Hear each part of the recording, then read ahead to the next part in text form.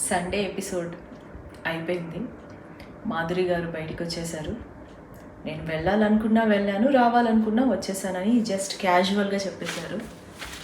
అనవసరంగా కనెక్ట్ అయిన వాళ్ళు, ఆమెకి ఈ వీక్ బాగా కనెక్ట్ అయిన వాళ్ళు కొంచెం ఫీల్ అవుతున్నారు, అరే ఉంటే బాగుంటుందేమో మాధురి గారు అని. ఈవెన్ నాకు కూడా అనిపించింది. ఎస్, ఆర్గ్యుమెంట్స్ పెడతారు, జెన్యున్గా కూడా ఉంటున్నారు, అనుకుంది ఫేస్ మీద మాట్లాడుతున్నారు, రాంగ్ ఆర్గ్యుమెంట్స్ పెడుతున్నారు.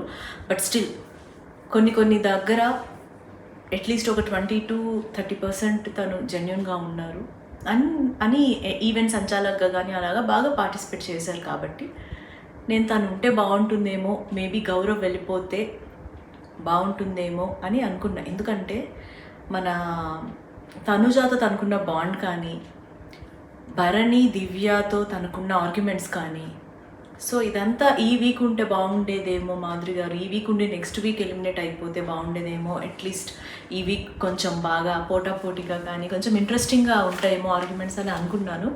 Okay, no problem. కానీ బయటకు వచ్చాక తను ఇచ్చిన స్టేట్మెంట్ అయితే నాకు అసలు అవునా అంటే మేము మధ్యలో చూసింది ఎరిపప్పలమా అన్నట్టు అనిపించింది.